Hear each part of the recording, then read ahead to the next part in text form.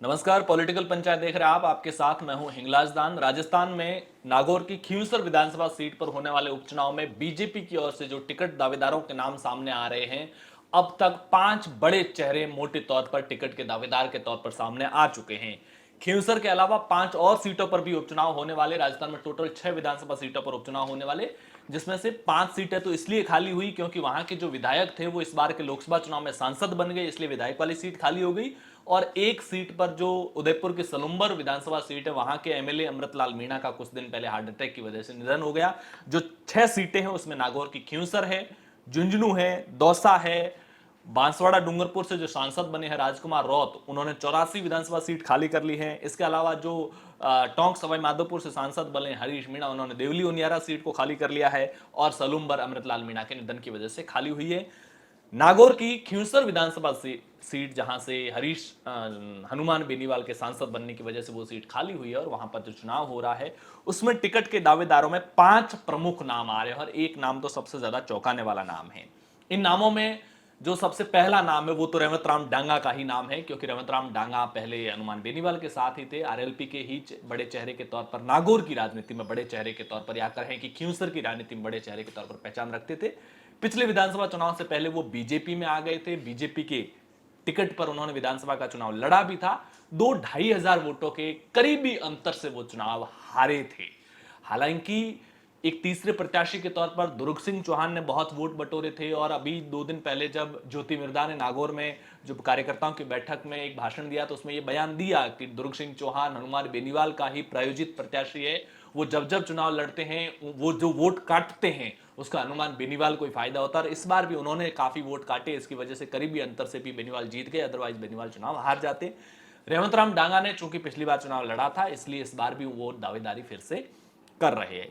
दूसरा नाम सामने आ रहा है हापूराम चौधरी का। वो पेशे से डॉक्टर है, 5 साल से इस इलाके के अंदर एक्टिव है। जो पिछले विधानसभा के चुनाव 2023 के हुए थे उसमें वो नागौर शहर से विधानसभा का टिकट मांग रहे थे, लेकिन तब नागौर शहर से बीजेपी ने ज्योति मिर्धा को विधानसभा चुनाव में भी उतारा था।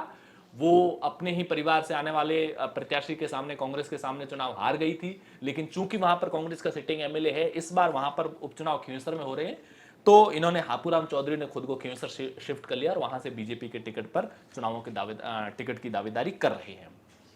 एक नाम सामने आ रहा है कानाराम पालीवाल का। वो पेशे से वकील है लेकिन बीजेपी में लंबे टाइम से एक्टिव है। पिछले 10 सालों से बीजेपी में संगठन के पदाधिकारी के तौर पर भी अलग अलग पदों पर रह रहे हैं। और एक तो लोकल होने का फायदा मिल सकता है, और अगर बीजेपी, चूंकि उनके पास ऑलरेडी स्पष्ट बहुमत है, 115 सीटें वो जीते हुए, ऐसे में वो इन उपचुनावों के अंदर अपने कार्यकर्ताओं को मोटिवेट करने के लिए अगर कार्यकर्ता को टिकट देती हैं तो उस रूप में कानाराम पालीवाल का दावा मजबूत होता है, स्थानीय के तौर पर उनका दावा मजबूत होता है और इसी उम्मीद के साथ कानाराम पालीवाल भी टिकट की दावेदारी कर रहे हैं। चौथा नाम आ रहा है अर्जुन राम मेहरिया का। अर्जुन राम मेहरिया, दरअसल इनका पूरा परिवार वो है, वो भामाशाह के तौर पर पहचान रखता है और पिछले साल मार्च 2023 में 8.25 करोड़ या 8.1 करोड़ का मायरा भरने की वजह से ये परिवार पूरे देश के अंदर चर्चाओं में आया था कि इतना बड़ा मायरा, जैसे भात भी कहते हैं नागौर क्षेत्र के अंदर, इतना बड़ा मायरा भर करके चर्चाओं में आया था। तो वो अर्जुन राम मेहरिया उसी परिवार से आते हैं। 2 भाई पॉलिटिक्स में एक्टिव है। बड़े भाई भागीरथ मेहरिया की विशेष पहचान है पूरे भामाशाह के तौर पर कहो या राजनीतिक तौर पर कहो। हालांकि भागीरथ मेहरिया विधानसभा चुनाव से ठीक पहले कांग्रेस में भी चले गए थे, लेकिन अर्जुन मेहरिया पार्टी में ही एक्टिव है। इसके अलावा चूंकि एक जिला परिषद के मेंबर भी रहे हुए और पार्टी एक बड़े भामाशाह के तौर पर भी अगर अहमियत देती है तो फिर उनका दावा मजबूत हो सकता है। इसके अलावा एक दावेदार के तौर पर ज्योति मिर्धा का नाम लगातार चर्चाओं में है। ज्योति मिर्धा नागौर की राजनीति में बीजेपी का एक ऐसा चेहरा है जो संगठनात्मक तौर पर जिले की पॉलिटिक्स में वैसे किसी पद पर ना होकर के भी कहा जाता है कि आज के टाइम में नागौर की बीजेपी को ज्योति मिर्धा ही चला रही है। ज्योति मिर्धा विधानसभा का चुनाव हारती है, बावजूद उनको लोकसभा का टिकट दिया जाता है। पार्टी में प्रधानमंत्री के मंचों पर ज्योति मिर्धा को जगह मिलती है। अभी कुछ दिन पहले फिर से प्रधानमंत्री से मुलाकात की। चर्चा ये भी चल रही है कि ज्योति मिर्धा को, जो राजस्थान में एक राज्यसभा की सीट खाली है और उस पर जो उपचुनाव होना है उसमें ज्योति मिर्धा को राज्यसभा में भी भेजा जा सकता है। एक जाट चेहरे के तौर पर बीजेपी को राजस्थान में एक ऐसा चेहरा चाहिए जिसको पूरे प्रदेश में जाट चेहरे के तौर पर स्थापित कर सके।